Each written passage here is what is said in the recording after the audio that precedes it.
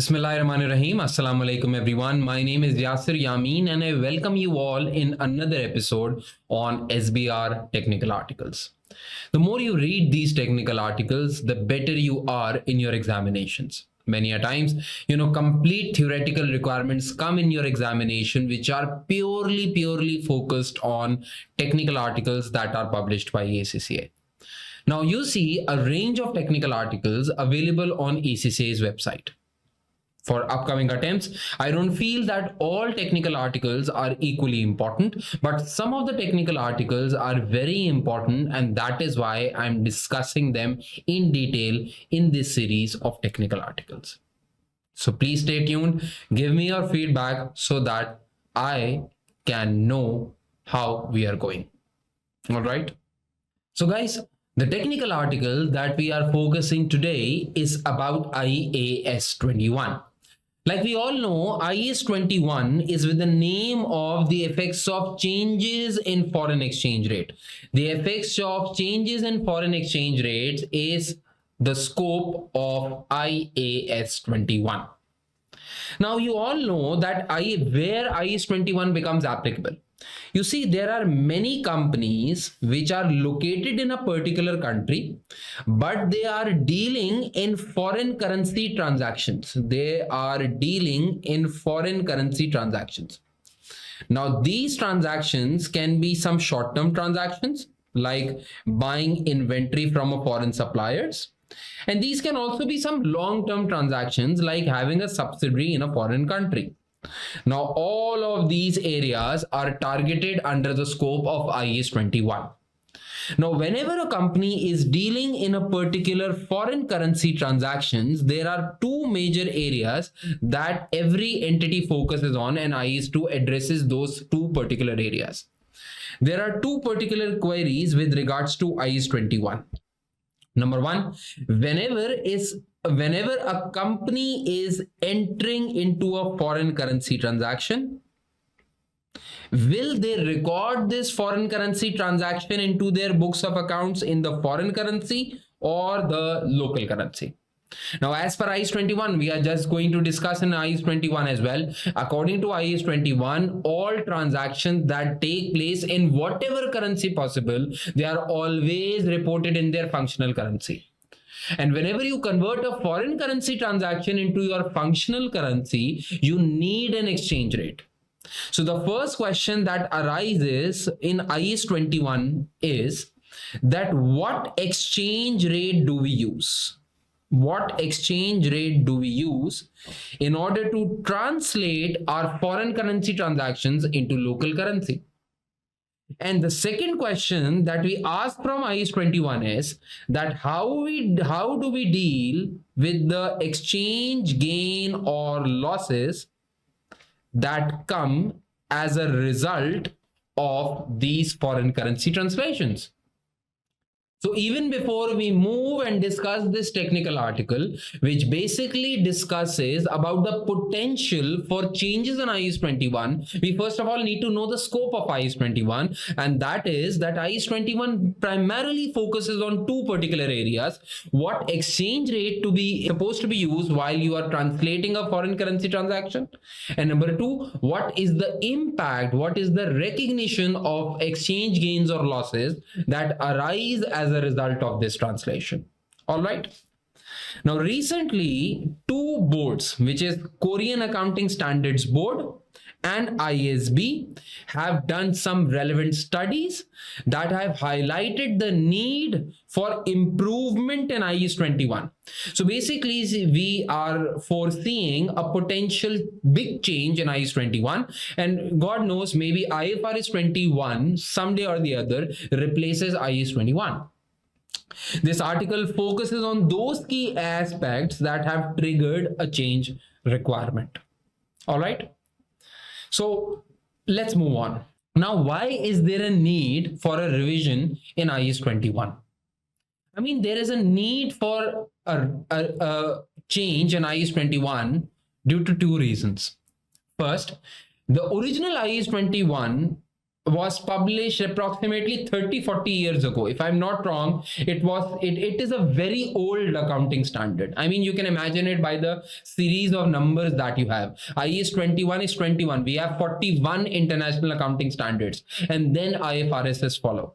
But IAS 21 was published way back. So obviously, with time, every accounting standard needs amendment. Number two, the market. I mean, nowadays there is too much market volatility, in foreign exchange market. Companies have adopted floating exchange rates, as a result of which, the exchange rates keep on floating. At a particular day, the exchange rate is something, the other day it's something different. Even, within the day, the exchange rate keeps on fluctuating. And due to these fluctuating market, exchange gain or losses can arise. And also, if somebody could ask a question that, what exchange rate do you use to translate a particular transaction?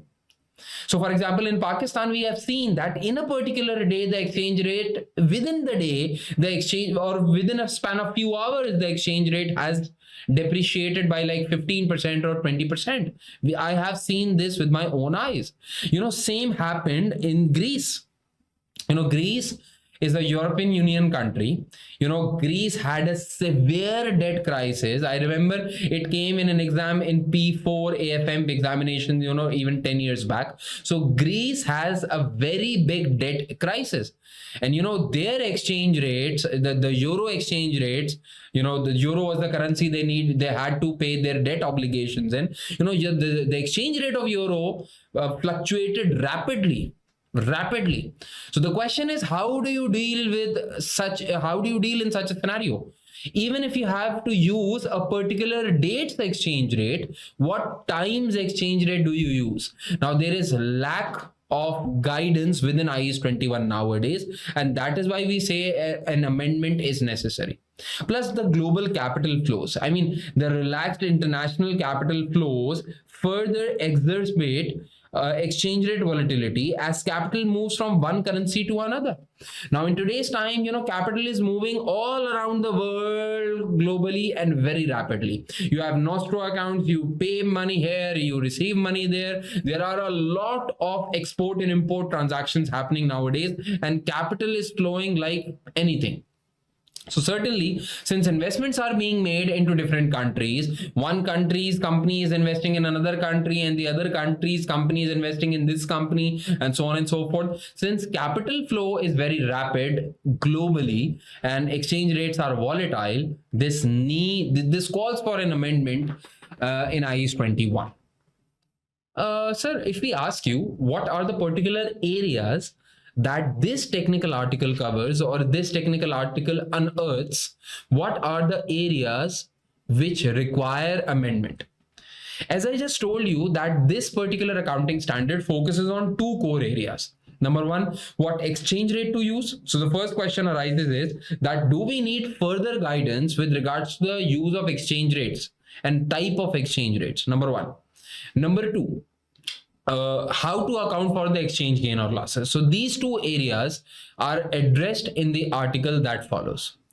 So first of all, you need to differentiate, because whatever exchange rate you choose is dependent on the accounting treatment that you follow under the relevant accounting standard. So for example, I have the technical article focuses on two particular instances where two accounting standards actually collide with each other. So for example, the risk of currencies is accommodated within financial statements, with the implementation of two accounting standards.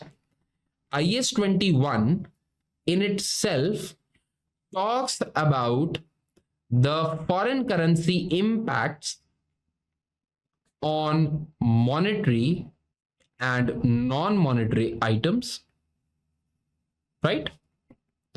And then there is another accounting standard, which is IFRS 7, which is disclosure for financial instruments. So basically, IFRS 7 discusses about the market risk that arises on financial instruments. And when you talk about the market risk that arises on financial instruments, certainly currency is one of the factors. Currency is one of the factors that is covered in market prices, right? So through market prices, the impact of currency movements is also accommodated within the market prices of financial instruments. So basically, IFRS 7 partially or implicitly deals with the impacts of currency movements, and IAS 21 explicitly deals with the impact of currency movements. So not only one, we have two accounting standards that accommodate currency movements into our financial statements. But these two accounting standards actually collide with each other. Why? They are different in terms of classification. So for example, IFRS 7 focuses on the classification of financial instruments. IFRS 7 focuses on the classification of instruments as financial or non-financial. Financial instruments are those contracts which create a financial asset for one party and financial liability or equity instrument for another party. There is a separate definition of financial assets. There is a separate definition for financial liabilities and equity instruments. But when you talk about IAS 21 does not make a classification of financial or non-financial instruments. Rather, it talks about monetary or non-monetary items. So there is a difference between the classification principles of both. There is a difference between classification principles of two accounting standards that are simultaneously applicable on each and every entity that follows IFRS. So don't you think that either IAS 21 should be amended and it should be in line with IFRS 7, or it should be the case vice versa? So there is a conceptual confusion between IAS 21 and IFRS 7. Sometimes what happens is that even some type of monetary items that fall within the category of executory contracts, for example, are treated under two different accounting standards, are treated differently under two accounting standards. So for example, some executory contracts, executory contracts are those contracts that are instruments, but they result in, ultimate delivery to the entity. Remember, we have studied a lot about executory contracts in our SBR classes while we were studying IFRS 9. So executory contracts, for example, will be dealt within IAS 21, but they will not be dealt under IFRS 7. They will not be disclosed under IFRS 7. So an entity may take the pledge of IFRS 7 and say that, see, IFRS 7 is a more updated accounting standard. This particular executory accounting standard is a non-financial accounting standard, and therefore we are not bound to account for the currency movements that happened on this financial instrument, non-financial instrument. Again, there is a confusion, there is a misconception, there is an ambiguity, a thin line of ambiguity, but still there is. So there can always be, conflicting interpretations of IFRS 7 with IAS 21. And this needs to be aligned. Either there should be financial or non-financial classification, or monetary or non-monetary classification, but this is severely called for. Yeah. What are the other reasons why we say that IAS 21 needs amendment? IAS 21 needs amendment because of various other reasons, how gains and losses are actually accounted for. So for example, even under IAS 21, for the time's sake, let us not compare it with IFRS 7, but for the time's sake, even IAS 21 has its own conceptual gaps. So for example, for monetary items under IAS 21, the accounting treatment says that monetary items that includes, for example, cash, receivables, payables, any exchange differences that arise on monetary items are to be reported in profit or loss. So for example, if you have a foreign currency bank account, any foreign currency that is kept in that foreign currency bank account must be retranslated at the reporting date, and any currency gains or losses should be reported in P&L. Now it's argued, there is a criticism against it. It's argued that these are basically unrealized gains or losses. So for example, due to exchange rate, if the value of your foreign currency account goes up, this is not a real gain. It might get reversed tomorrow. Even if there is an adverse currency movement and your foreign currency bank account's value goes down, it's an unrealized loss. Should we be recognizing this gain or loss, which is basically unrealized, in our profit or loss statement? I mean, this distorts the entity's reported results and performance assessment. I can assure you, I have seen this myself. You see, in Pakistan, there was a currency depreciation against US dollars. There was a depreciation of about 35%. There was a PKR depreciation of about 35%. And as a result, many companies witnessed exchange gains on some of their contracts. And if you were to exclude these one-off abnormal exchange gains, you would see that the company is actually under abnormal loss. Because at the time of this significant currency depreciation, imports ban were there. When import bans caused the companies idle time, they did not have real operating profit, but their financial statements were showing a profit after tax due to some exchange gains that arise there. Make sense? So, there is criticism. We are not discussing this, that either accounting is right or wrong. We are discussing that there is a criticism that why should gains or losses on monetary items be reported in the profit or loss account while these are unrealized gains or losses, and these distort the company's real operating performance. Yeah. So it's not even, this approach is not even linked with the business model. Like under IFRS 9, any fair value gains or losses go in P&L. But for that, your business model should be of held for trading. Under IAS 21, there is no model concept. So there is no linkage with the business model, how the entity operates. But any monetary item that every entity has, any gain or losses go in P&L. I mean, this should not be the case. For banks, there should be different accounting treatment. For some manufacturing entities, there should be different accounting treatment, and so on and so forth. For commodity businesses, there should be different accounting treatment. Yeah. So there is no linkage of business model here, and that is why we criticize that IAS 21 needs amendment. Moreover, if you talk about non-monetary items are items which are not readily convertible into cash, such as inventory, property. They are reported based on the rate at the date of transaction or fair value if the item is being fair valued. This is the rule of IAS 21. So you basically use the rate at the date of transaction, number one, or rate at the date of revaluation, which most likely will be the closing date rate.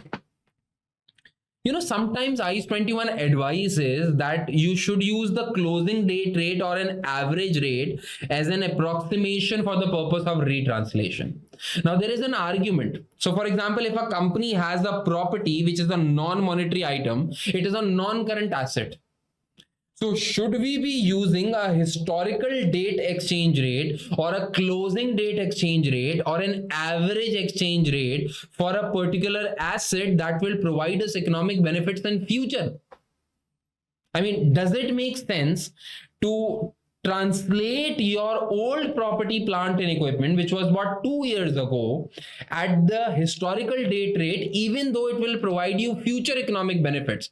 So in terms of replacement cost, if you were to buy a similar property in a foreign country at this point in time, it would have cost you more due to currency movements. But that aspect is not reflected due to the existence of IAS 21's existing rules, which says that you use historical date rate. Now it's an argument.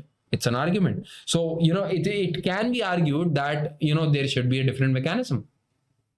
It is always argued that FX losses should be recognized in P&L or OCI. Should they be recognized based on current or non-current classification? So maybe IAS 21 could be amended. I don't know, but it could be amended eventually in the form that every current asset's revaluation goes in P&L, but every non-current asset or liabilities revaluation goes in OCI. So when you talk about property, the point is which exchange rate to use and where to book the FX gains or loss. So for a property, since the gains or losses are unrealized and they are not part of your operating profit, IAS 21 may get amended and say that, okay, you always need to amend, you always need to retranslate your property at each year end, irrespective of what model you are using, cost model or fair value model. And despite that, you also need to park whatever gains or losses come on your non-current asset into OCI. So that matching is done in terms of recognition in assets and equity. Again, this is an argument. The technical article even went up to say that it is highly prudent in the case of long-term liabilities as well. So we have seen that there are, in some countries, there are some legal restrictions on booking of exchange gain or losses on long-term liabilities. So, for example, if you have a long-term liability, even though it's long-term, but still it's a monetary item.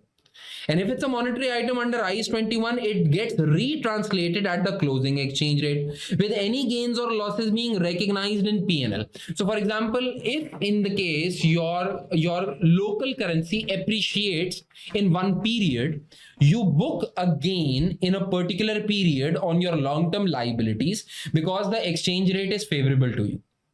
Now, even though you are not paying off the liability right now, you'll be paying off the liability in future.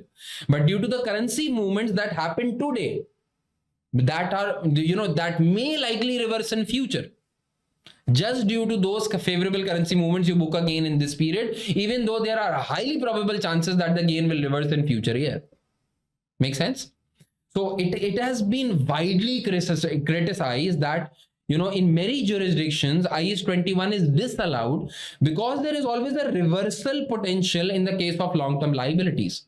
So in the case of long-term liabilities, many jurisdictions argue that we will not allow IAS 21 to recognize a gain on long-term liabilities in the short term because these are liabilities that are to be paid in future. And being prudent, it's wise not to recognize a gain. If it had been a loss, being prudent, you should have recognized a loss, but at least should not recognize a gain. So again, IAS 21 needs amendment. Then in many areas, you must have studied about IAS 21 within the scope of foreign subsidiaries consolidation as well. So in many areas under IAS 21, we guide you to use average exchange rates, particularly when you are translating a foreign subsidiary's profit or loss account. Since the profit or loss is for the year, you always use an average exchange rate.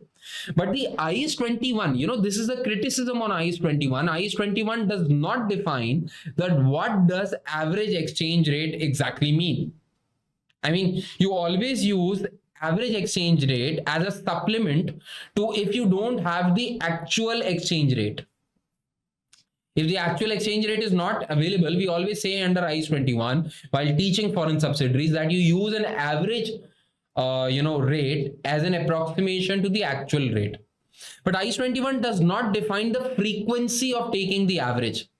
I've seen this multiple times in my practical life that accountants always select those particular exchange rates which are in their favor.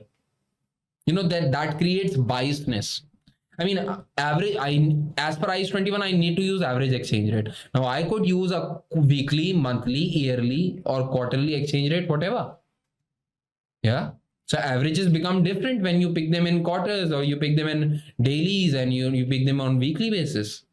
And I've seen that accountants use, since there is lack of guidance, accountants use those exchange rates which are favorable for their financials, which is not neutral for sure. So, there are multiple factors that affect the averages, the frequency of transactions, transaction value, the entity systems that are available, these all impact the rate calculation. And how it is supposed to be managed, IAS 21 lacks some guidance. So there should be more guidance on average exchange rates. Make sense? All right. So what's the conclusion? The conclusion is First of all, there is a conceptual confusion under IAS 21.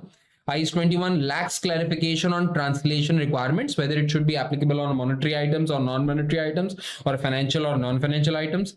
It creates inconsistencies with other accounting standards, such as we talked about IFRS 7. Long-term impact, items which have a potential for, which have a reversal potential of currency movements, these still are retranslated at each reporting date, like we saw for long-term loans. These are long-term impacts that are not wholly accounted for under the scope of IAS 21. And ISB, what is ISB doing? The conclusion is ISB will gather feedback on narrow scope amendments and plan to continue reviewing IAS 21 until and unless they get firm feedback that IAS 21 finally needs amendment.